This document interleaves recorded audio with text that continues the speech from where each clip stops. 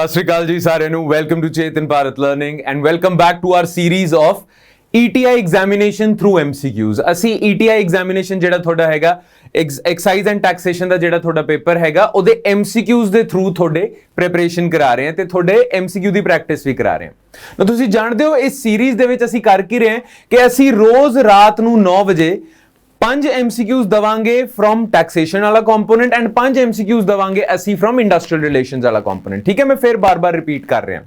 बाकी हुण तक तो तुसी habitual हो चुके होंगे, but 5 MCQs ਅਸੀਂ कवर करांगे, 5 from taxation, 5 from industrial relations। ਇਹ ਜਿਹੜੇ 5 MCQ taxation वाले component ਦੇ ਹੋਣਗੇ ਉਹ ਮੈਂ ਲਵਾਂਗਾ ਤੇ ਜਿਹੜੇ industrial relations ਦੇ ਹੋਣਗੇ ਉਹ ਚੇਤਨ ਸਰ ਲੈਣਗੇ। क्लियर? तो आज अपना हो चुका है सेशन 6। आप 5 सेशंस कर चुके हैं, दैट मीन्स 25 क्वेश्चंस MCQs ਅਸੀਂ कवर कर चुके हैं, राइट? ਤੇ ਉਹ 25 क्वेश्चंस ਦੇ थ्रू ਅਸੀਂ कवर कर चुके हैं basics of economic growth, development, inflation, monetary policy ਤੇ फिस्कल पॉलिसी। ਤੇ ਅੱਜ ਵਾਰੀ ਹੈਗੀ ਹੈ external sector and international organisations ਦੀ। ठीक है, तो बिना किसी देरी दे, बिकॉज थोड़ा टाइम कीमती है, पेपर ਨੂੰ थोड़े चिर रह गए हैं, ठीक है, बिना किसी देरी दे ਅਸੀਂ स्टार्ट करते हैं external sector and international organisations.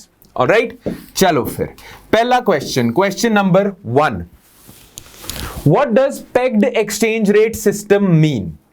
ਉਹ ਤੁਹਾਨੂੰ ਪਤਾ ਹੋਣਾ ਚਾਹੀਦਾ ਕਿ ਜਿਹੜਾ ਐਕਸਚੇਂਜ ਰੇਟ ਹੁੰਦਾ ਨਾ, ਐਕਸਚੇਂਜ ਰੇਟ ਸਿਸਟਮ ਹੈ। ਐਕਸਚੇਂਜ ਰੇਟ ਦਾ ਮਤਲਬ ਕੀ ਹੈ ਕਿ $1 = 70 ਰੁਪੀਸ। ਇਹ ਜਿਹੜੀ ਚੀਜ਼ ਹੈਗੀ ਹੈ ਇਹ ਐਕਸਚੇਂਜ ਰੇਟ ਹੈ, ਡਾਲਰ ਟੂ ਰੁਪੀ ਐਕਸਚੇਂਜ ਰੇਟ ਹੈ। ਨਾ ਜਿਹੜੀ ਐਕਸਚੇਂਜ ਰੇਟ ਦੀ ਰਜੀਮ ਹੁੰਦੀ ਹੈ ਨਾ ਉਹ ਦੋ ਤਰੀਕਿਆਂ ਦੀ ਹੁੰਦੀ ਹੈ, ਵੈਸੇ ਤਾਂ 3 ਤਰੀਕਿਆਂ ਦੀ ਹੁੰਦੀ ਹੈ ਪਰ ਦੋ ਤਰੀਕੇ ਧਿਆਨ ਨਾਲ ਸੁਣਨਾ ਤੁਸੀਂ। ਇੱਕ ਹੁੰਦੀ ਹੈ fixed exchange rate regime, fixed ਜਾਂ ਪੈਗਡ। ਦੂਜੀ ਹੁੰਦੀ ਹੈ ਫਲੋਟਿੰਗ ਜਾਂ ਇਸ ਨੂੰ ਅਸੀਂ ਫਲੈਕਸੀਬਲ ਵੀ ਕਹਿ ਦਿੰਦੇ ਆ। ਤੇ ਤੀਜੀ ਹੁੰਦੀ ਹੈ ਮੈਨੇਜਡ ਫਲੋਟਿੰਗ। ਮੈਨੇਜਡ ਫਲੋਟਿੰਗ, ਇਸ ਨੂੰ ਅਸੀਂ ਡਰਟੀ ਫਲੋਟਿੰਗ ਵੀ ਕਹਿ ਦਿੰਦੇ ਆ। ਠੀਕ ਹੈ, ਤਾਂ ਐਕਸਚੇਂਜ ਰੇਟ ਦੀ ਰਜੀਮ ਹੁੰਦੀ ਹੈ ਉਹ 3 ਪ੍ਰਕਾਰ ਦੀ ਹੁੰਦੀ ਹੈ, ਫਿਕਸਡ ਜਾਂ ਪੈਗਡ, ਫਲੋਟਿੰਗ ਜਾਂ ਫਲੈਕਸੀਬਲ, मैनेज फ्लोटिंग और डर्टी फ्लोटिंग। ये ना ही है different. Now fixed exchange rate regime केड़ी होगी जिहदे विच ये जिहड़ा सिस्टम है ना $1 = 70 रुपीस, ये ना डिसाइड करदा उस कंट्री दा सेंट्रल बैंक। गवर्नमेंट डिसाइड करदी है कि डॉलर टू रुपी दा एक्सचेंज रेट की होवेगा। ठीक है, जिस तरह चाइना दा है ना system, China fixed exchange rate regime follow करता है बिकॉज उत्थे दा चाइनीज सेंट्रल बैंक डिसाइड करता है कि डॉलर टू युआन की एक्सचेंज रेट होना चाहिए। ਇਹ ਹੁੰਦਾ ਫਿਕਸਡ। ਫਲੋਟਿੰਗ ਕੀ ਹੁੰਦਾ? ਫਲੋਟਿੰਗ ਜਾਂ ਫਲੈਕਸੀਬਲ ਕੀ ਹੁੰਦਾ?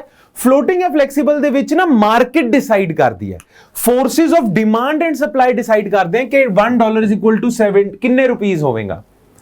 ਇੰਡੀਆ ਜਿਹੜਾ ਸਿਸਟਮ ਫੋਲੋ ਕਰ ਰਿਹਾ ਨਾ ਉਹਦੇ ਚ ਤੁਸੀਂ ਦੇਖੋਗੇ ਮਾਰਕੀਟ ਡਿਸਾਈਡ ਕਰਦੀ ਹੈ, ਕਿਉਂਕਿ ਤੁਸੀਂ ਦੇਖਦੇ ਹੋਵੋਗੇ ਰੋਜ਼ ਨਿਊਜ਼ਪੇਪਰ ਦੇ ਵਿੱਚ ਆਉਂਦਾ ਹੈ ਕਿ ਉੱਤੇ ਥੱਲੇ ਹੁੰਦਾ ਰਹਿੰਦਾ ਹੈ ਇਹ exchange rate.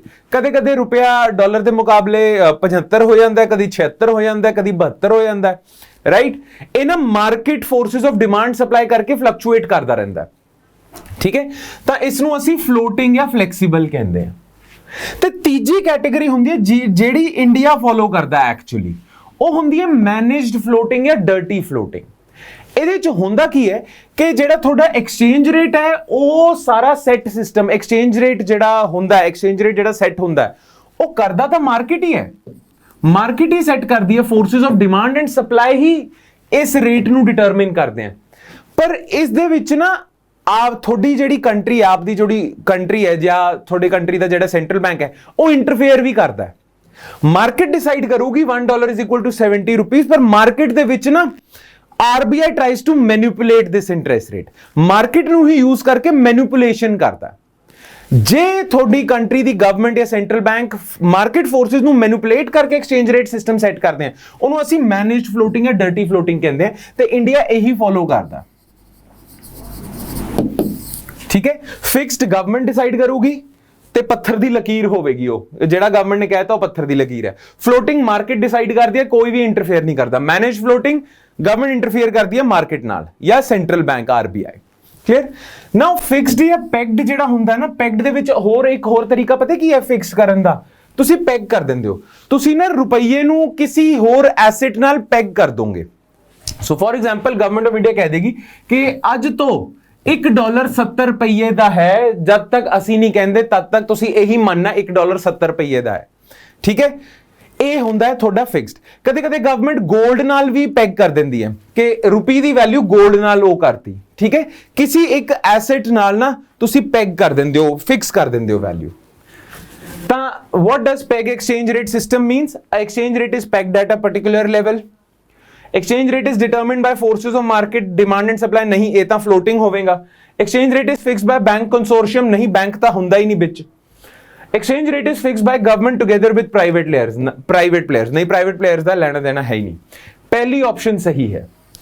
It is pegged at a particular level। जिस तरह रुपया is pegged at a particular level with dollar। ठीक है, फिक्स करता तुसी।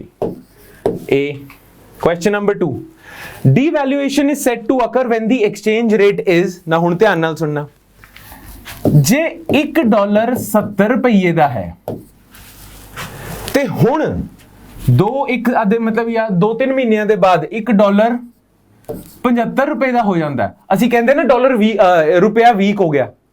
when $1 is equal to 70 rupees and then 70 ਤੋਂ 75 ਹੋ ਜਾਏ ਤਾਂ ਅਸੀਂ ਕਹਿੰਦੇ ਨਾ ਰੁਪਿਆ ਵੀਕ ਹੋ ਗਿਆ, ਰੁਪਿਆ ਤਾਂ ਬਹੁਤ ਵੀਕ ਹੁੰਦਾ ਜਾ ਰਿਹਾ। ਜੇ $1 is equal to 50 rupees ਹੋ ਜਾਏ ਤਾਂ ਰੁਪੀ ਸਟਰੋਂਗ ਹੋ ਗਿਆ, ਜੇ $1 is equal to 75 ਹੋ ਜਾਏ ਤਾਂ ਰੁਪੀ ਵੀਕ ਹੋ ਗਿਆ, ਰਾਈਟ। ਤਾਂ ਇਹ ਜਦ ਵੈਲਿਊ ਇੰਕਰੀਜ਼ ਹੁੰਦੀ ਹੈ ਤਾਂ ਅਸੀਂ ਕਹਿੰਦੇ ਕਿ ਰੁਪਿਆ ਵੀਕ ਹੋ ਗਿਆ ਜਾਂ ਡੀਵੈਲਿਊ ਹੋ ਗਿਆ, ਰਾਈਟ। ਤਾਂ devaluation is said to occur when the exchange rate increases. 70 ਤੋਂ 75 ਹੋ ਗਈ ਵੈਲਿਊ। ਜੇ 70 ਤੋਂ 50 ਹੋ ਜਾਂਦੀ ਵੈਲਿਊ, ਡਿਕਰੀਜ਼ ਹੁੰਦੀ ਵੈਲਿਊ, ਤਾਂ ਅਸੀਂ ਕਹਿੰਦੇ ਕਿ ਰੀਵੈਲਿਊਏਸ਼ਨ ਹੋਈ ਹੈ, ਰੁਪਿਆ ਵਧਾ ਹੈ, ਰੁਪਿਆ ਸਟਰੋਂਗ ਹੋਇਆ। ਕਲੀਅਰ। ਬਸ ਇੱਕ ਹੋਰ ਗੱਲ ਤੁਸੀਂ ਯਾਦ ਰੱਖਣਾ, ਬਸ ਇਹ ਬਹੁਤ ਇੰਪੋਰਟੈਂਟ ਗੱਲ ਹੈ। ਇੰਡੀਆ ਤਾਂ ਫੋਲੋ ਕਰਦਾ ਹੈ ਮੈਨੇਜਡ ਫਲੋਟਿੰਗ ਜਾਂ ਫਲੋਟਿੰਗ ਐਕਸਚੇਂਜ ਰੇਟ ਰੇਜੀਮ, ਹੈ ਨਾ। ਜਦ ਕੋਈ ਕਰੰਸੀ ਫਲੋਟਿੰਗ ਜਾਂ managed floating exchange rate regime follow ਕਰਦੀ ਹੈ ਨਾ, we don't use the word devaluation, we use the word depreciation। ਤੇ ਜਦ ਸਟਰੋਂਗ ਹੋ ਜਾਂਦੀ ਹੈ ਕਰੰਸੀ ਤਾਂ ਅਸੀਂ ਕਹਿੰਦੇ ਅਪਰੀਸ਼ੀਏਟ ਹੋ ਗਿਆ ਰੁਪਿਆ, ਅਪਰੀਸੀਏਸ਼ਨ। ਤੁਸੀਂ ਧਿਆਨ ਦੇਣਾ, ਇੰਡੀਆ ਦੇ ਵਿੱਚ ਅਸੀਂ ਫੋਲੋ ਕਰਦੇ ਹਾਂ ਮੈਨੇਜਡ ਫਲੋਟਿੰਗ। ਫਲੋਟਿੰਗ ਜਾਂ ਮੈਨੇਜਡ ਫਲੋਟਿੰਗ ਜਦ ਐਕਸਚੇਂਜ ਰੇਟ ਰੇਜੀਮ ਤੁਹਾਡੀ ਚੱਲ ਰਹੀ ਹੈ, ਤੁਹਾਡੀ ਕਰੰਸੀ ਜਦ ਵੀਕ ਹੁੰਦੀ ਹੈ ਤੁਸੀਂ ਵਰਡ ਯੂਜ਼ ਕਰਦੇ ਹੋ ਡਿਪਰੀਸੀਏਸ਼ਨ, ਡੀਵੈਲਿਊਏਸ਼ਨ ਨਹੀਂ ਯੂਜ਼ ਕਰਦੇ, ਡੈਪਰੀਸੀਏਸ਼ਨ ਯੂਜ਼ ਕਰਦੇ ਹੋ। ਤੇ ਜਦ ਤੁਹਾਡੀ ਕਰੰਸੀ ਸਟਰੋਂਗ ਹੁੰਦੀ ਹੈ ਤੁਸੀਂ ਵਰਡ ਯੂਜ਼ ਕਰਦੇ ਹੋ ਐਪਰੀਸੀਏਸ਼ਨ, ਠੀਕ ਹੈ। ਹਾਂ, ਜੇ ਤੁਸੀਂ ਫਿਕਸਡ ਐਕਸਚੇਂਜ ਰੇਟ ਰੇਜੀਮ ਦੇ ਵਿੱਚ ਹੁੰਦੇ, ਫਲੋਟਿੰਗ ਨਹੀਂ ਫਿਕਸਡ, ਫਿਕਸਡ ਦੇ ਵਿੱਚ ਤੁਸੀਂ ਯੂਜ਼ ਕਰਦੇ ਹੋ ਡੀਵੈਲਿਊਏਸ਼ਨ ਤੇ ਰੀਵੈਲਿਊਏਸ਼ਨ।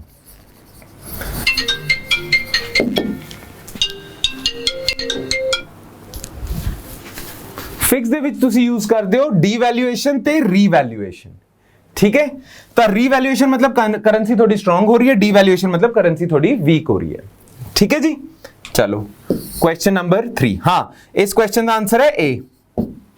Question number 3, which of the following institutions are Bretton Woods system या Bretton Woods institution? तो हमेशा याद रखना IMF ते वर्ल्ड बैंक नू इकट्ठा करके असी कहते हैं Bretton Woods system.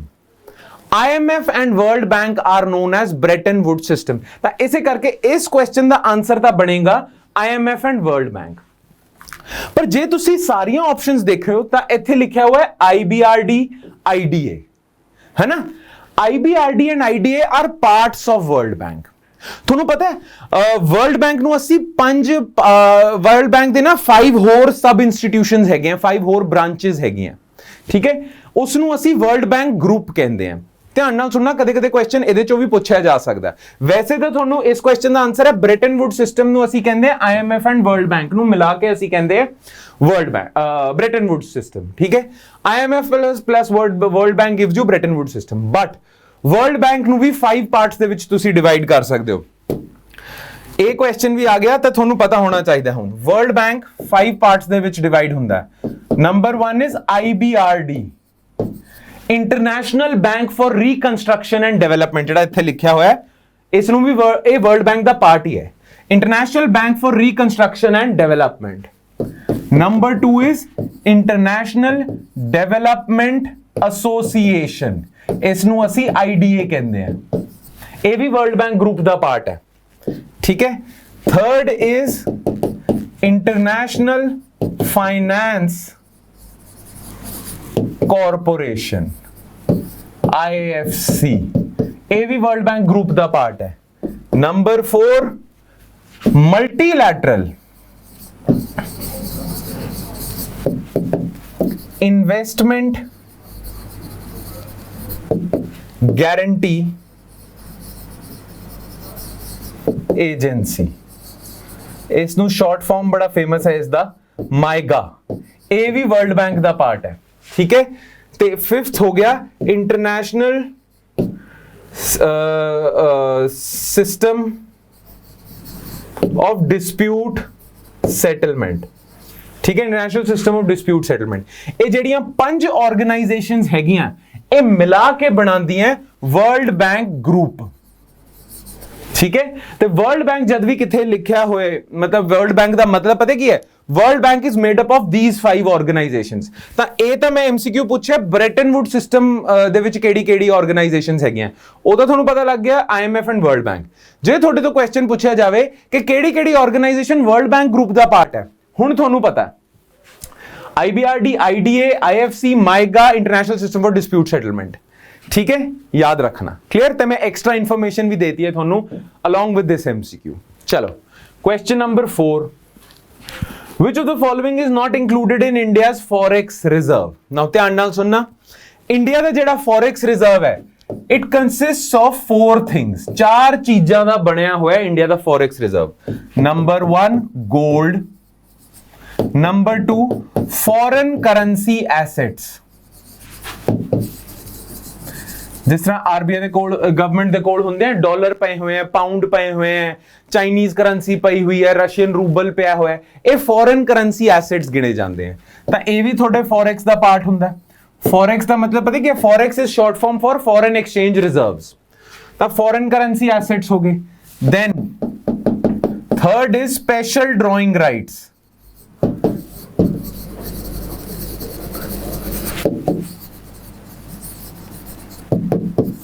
SDRs, and fourth is reserve tranche, याद रखना तुसी बस है, पोजीशन RTP। हुण एक होर चीज याद रखनी है कि गोल्ड तो चलो पिया हुंदा है, फॉरेन करेंसी एसेट्स भी पए हुंदे हैं, स्पेशल ड्रॉइंग राइट्स SDRs ते RTP ये ਤੁਹਾਨੂੰ ਮਿਲਦੇ ਆ, ਤੁਹਾਡੀ ਕੰਟਰੀ ਨੂੰ ਮਿਲਦੇ ਆ ਵਾਇਆ IMF ਐਲੋਕੇਟ ਕਰਦਾ ਹੈ, ਠੀਕ ਹੈ। IMF ਇਨਵੋਲਵਡ ਹੁੰਦਾ ਹੈ, ਇਹ ਜਿਹੜਾ ਤੁਹਾਡੇ ਕੋਲ ਫੋਰੈਕਸ ਰਿਜ਼ਰਵ ਹੈਗਾ ਨਾ ਵਿਚ is made up of SDRs and RTP, ਇਹਦੇ ਵਿੱਚ IMF ਦਾ ਰੋਲ ਹੁੰਦਾ, ਬਸ ਇਹ ਯਾਦ ਰੱਖਣਾ, ਠੀਕ ਹੈ। ਤਾਂ ਇਹ ਨਾ ਚਾਰਾਂ ਚੀਜ਼ਾਂ ਨੂੰ ਮਿਲਾ ਕੇ ਬਣਦਾ ਤੁਹਾਡਾ ਫੋਰੈਕਸ ਰਿਜ਼ਰਵ। ਨਾ ਹੁਣ ਆਪਸ਼ਨਸ ਦੇਖਦੇ ਆ, which of the following is not included. Gold included ਹੈਗਾ, फॉरेन करेंसी एसेट्स इंक्लूडेड है, रिजर्व ट्रांसपोजिशन इंक्लूडेड है, गवर्नमेंट सिक्योरिटीज नहीं इंक्लूडेड है, government securities are not considered a part of your forex reserve. ऐसे करके इस क्वेश्चन का answer तो बनता है D, ठीक है। चलो इस क्वेश्चन का B सीगा, मैं मार्क करना भूल गया, पर I think it was sufficiently clear, ठीक है। चलो last question, last but not the least, which of the following external transaction belongs to capital account of balance of payment? now ਤੁਸੀਂ ਜਾਣਦੇ ਹੋ ਜਿਹੜੀ बैलेंस of payment ਹੁੰਦੀ ਹੈ, ਜਿਹੜੀ RBI maintain ਕਰਦੀ ਹੈ, it contains a list of all the external transactions that are happening by that are being done by the residents of the country with other foreign nations, है ना। सारी external transactions ਦਾ ਲੇਖਾ ਜੋਖਾ ਹੁੰਦਾ ਹੈ balance of payment ਦੇ ਵਿੱਚ। now balance of payment ਨੂੰ ਤੁਸੀਂ ਦੋ ਪਾਰਟਸ ਦੇ ਵਿੱਚ ਡਿਵਾਈਡ ਕਰ ਲੈਂਦੇ ਹੋ, ਕਰੰਟ ਅਕਾਊਂਟ ਤੇ ਕੈਪੀਟਲ ਅਕਾਊਂਟ। करंट अकाउंट दे विच हुंदा है import export of goods, import export of services भी हुंदा इहदे विच, ठीक है। फिर इहदे विच रेमिटेंसेस हुंदियां ने, जिहड़े तुहाडे अपने बंदे बाहर काम कर रहे हैं, घर पैसा भेजदे हैं, ठीक है ना। अपने बंदे कनेडा काम कर रहे हैं, गल्फ दे विच काम कर रहे हैं, ठीक है, ते घर पैसा भेजदे हैं, तां ओह रेमिटेंसेस हुंदियां ने, ठीक है। ग्रांट्स वगैरह ये सारियां चीज़ां थोड़ी करंट अकाउंट दे विच आउणगीਆਂ, क्लियर। कैपिटल अकाउंट दे विच की हुंदा है, एक तो FDI FII foreign investment capital account दे विच हुंदी है, ਬਾਹਰੋਂ ਜੇ ਅਸੀਂ ਪੈਸਾ ਬੋਰੋ ਕਰਦੇ ਹਾਂ, ਜਿਹਨੂੰ ਅਸੀਂ ਐਕਸਟਰਨਲ ਕਮਰਸ਼ੀਅਲ ਬੋਰੋਇੰਗਸ ਕਹਿੰਦੇ ਆ, ਉਹ ਤੇ ਤੀਜੀ ਚੀਜ਼ ਐਨਆਰਆਈ ਜਿਹੜਾ ਪੈਸਾ ਇੰਡੀਆ ਦੇ ਵਿੱਚ ਡਿਪੋਜ਼ਿਟ ਕਰਦੇ ਆ, ਉਸ ਨੂੰ ਵੀ ਅਸੀਂ ਕੈਪੀਟਲ ਅਕਾਊਂਟ ਦੇ ਵਿੱਚ ਲਿਖਦੇ ਆ।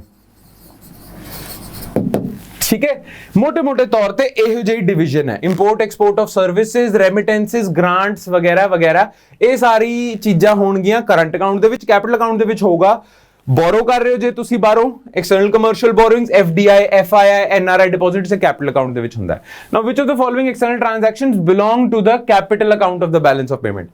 ਐਫਡੀਆਈ, ਐਨਆਰਆਈ ਡਿਪੋਜ਼ਿਟਸ ਬਿਲਕੁਲ ਇਹ ਕੈਪੀਟਲ ਅਕਾਊਂਟ ਦਾ ਪਾਰਟ ਹੈ, ਤਾਂ ਪਹਿਲੀ ਆਪਸ਼ਨ ਦੇਖ ਕੇ ਅਸੀਂ ਕਹਿ ਸਕਦੇ ਹਾਂ ਇਸ ਕੁਐਸਚਨ ਦਾ ਆਨਸਰ ਤਾਂ ਇਹ ਹੈ। ਪਰ ਬਾਕੀ ਦੋਨੋਂ ਆਪਸ਼ਨਸ ਵੀ ਦੇਖ ਲੈਂਦੇ ਹਾਂ। ਐਕਸਪੋਰਟ ਆਫ ਸਰਵਿਸਿਜ਼, ਇਹ ਤਾਂ ਕਰੰਟ ਅਕਾਊਂਟ ਹੈ।